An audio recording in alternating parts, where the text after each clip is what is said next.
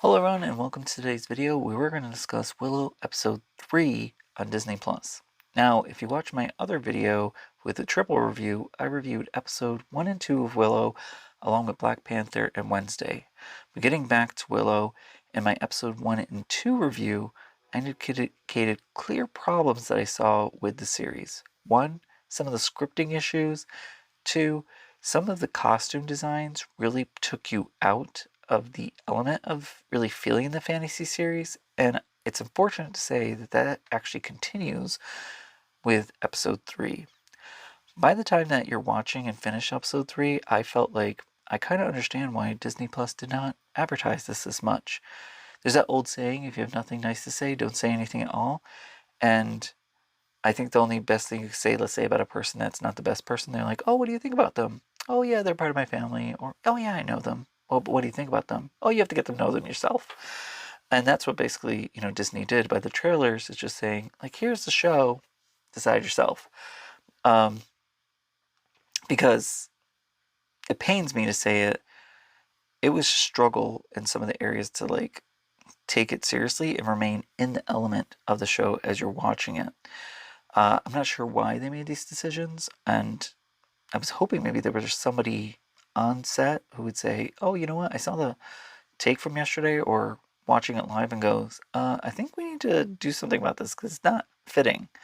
So let's go ahead and dive in and talk about Willow. So in the episode, you really don't get much development with Laura Dannon, which for some reason reminds me of like maybe like a body soap or something. I don't know. But she still hasn't had her training. She still needs to learn more about her powers. She's kidnapped, and really, does the kidnapper bring her anywhere? Do we get anything really development out of there? Not really. Now, there's the same issue throughout the episode where some of the characters are meant to be funny in their dialogue, but it doesn't fit so well. Like I said before, there was something off about the actual costumes in the series. Like the fabric looked a little off. But in this episode, like I mentioned earlier, I felt even more disconnected. There's a scene where Alora runs away from the knights that have taken her, and she runs into the forest and she meets these two women who are basically dressed in Western outfits, which I was like, doesn't even fit like the whole feel of the original movie, and also the feel of this world.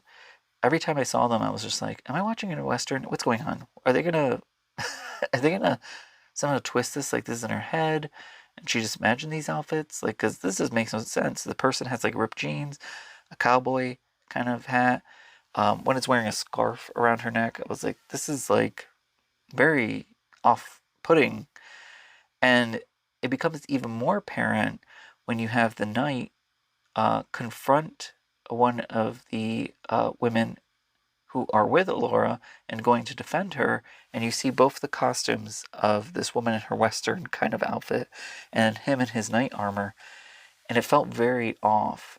I just kept on thinking like the whole time, I was like, I'm not sure what I'm watching. I'm like watching maybe two people like do like maybe a reenactment of a movie, or like, if I saw like went to one of those shows where they do a reenactment of wartime and one of the guys forgets to change his outfits, everyone else is dressed in their Civil War, kind of military outfits, and then you have somebody in jeans and a t-shirt, and you're like watching this and you're like, I definitely can tell that this is not as it was when it really happened. Not that Will is based on a real world. Some could argue, hey, this is not even set on Earth because there's a scene where they show two moons, on this planet. So obviously not Earth. So who's to say that there can't be people dressed up in Western outfits and knights and this? But I was like, this has never been explained before in the series or even in the original movie, even alluded to. So I was like, who is the person? I felt like one day they said, oh, you need costumes for these two ladies? Oh, you know what? I don't really have anything. I'm working this other Western kind of movie or this Gap commercial where they wear kind of ripped jeans. I think I could do something where I could get them in this outfit for the scene. It was just completely like, I was just like, oh my gosh. So the first woman is killed, and then there's another scene where the second woman, who's also in a Western outfit, is running away, and you see the horses with the knights on them chasing her and then kill her. But the whole scene had no really effect on me emotionally or anything because all I kept on thinking, that outfit doesn't go with this fantasy series. Where'd they even get these? Who does the stitching? It looks like it's done through a sewing machine. Um, and do they even have sewing machines? All these things kept on running in my head as I'm watching this. Now, one thing I was also looking at, and in the story, is that some of the scenes felt very choppy. An example of this is that the carriage where Willow and the others are traveling breaks down and one of the wheels falls off. So they start to repair, go off, the princess and another character to get water from a stream. And when the princess comes back, they're like laying down. They're like, oh my gosh. And, oh my gosh, my chest hurts. Oh my God, I can't breathe. And then, like, they're drinking the water and then dropping it. And because, they're so exhausted. But I feel like I maybe missed something that would lead up to me kind of maybe laughing in this moment. And I think that's what I meant to do. Like to say, oh my God, they're so exhausted. That's so funny. But I was like, I have nothing, no context, no build up other than knowing they put the wheel back in the carriage. Am I supposed to be amused? What am I supposed to get out of this? So a whole scene felt like maybe there was something else filmed. I'm guessing that was cut out here. Another, speaking of choppiness as well, continuing that, there's many fight scenes where I was like, oh, that person's fighting so and so, and then all of a sudden I see someone else thrown to the ground, and I was like, wait, how do we? I thought that person was fighting that night. Now all of a sudden this guy is injured. So it was a little hard to follow, to be honest. I think like choreography and the fight scenes and how it's filmed definitely could be improved. Um, I didn't feel like, oh my gosh, they're really great at fighting. They're really skilled in their ability. One of the characters tells Princess, and this is so bad because I can't remember all their names. She says to her, she goes, I've let you win. Every time you won, I was just letting you do that. Well, the princess gets it herself. Um, and when you get to see her fight, the redhead, I'll call her, who was, letting the princess win, I was like, well, I really don't see skills here, to tell you the truth, that would indicate that you are better than the princess. I'm not saying that she's not great either, because also she is terrible as well, but it feels like all of you were pretty bad. Um, so I was like, okay, this is a little, I mean, between the outfits, between the dialogue, between the choppy editing, and then the fight scene, I was just getting a little headache uh, getting through this episode. I mean, as far as special effects, that was one thing I said, like, hey, there's good special effects and there's bad, but when it's good, it's good. In this episode, I would say the scenery was very well done. I like the clouds and the castle and all that. Um, but I think the way it's filmed, to be honest, doesn't give you the awe that you should be experiencing in some of the scenes. There's also a scene where they're in the woods and there's lightning, but you could definitely tell that it's actually equipment, like film equipment, creating lighting effects of lightning. Um, so I thought that was kind of interesting because I was like, I'm not sure if we really need the lightning effects or those effects here because it kind of took me out of it. I think that there's lots of things technically that kind of draw you out. And there's another scene with they have these creatures that are called wolf rats or rat wolves, either or, but you're like, oh, I'm finally going to see maybe some other creatures here. That's going to be pretty cool. And they almost look like Spirit Halloween, those kind of rubbery rats. painted and like a dark beige, and then like with red eyes, and their movement, considering today's modern animatronics, was very limited. At one scene when the princess kills one that jumps in her back or whatever have you, and that's again like I talked about how confusing. Like, did it jump at her? Because I thought I saw it behind her back.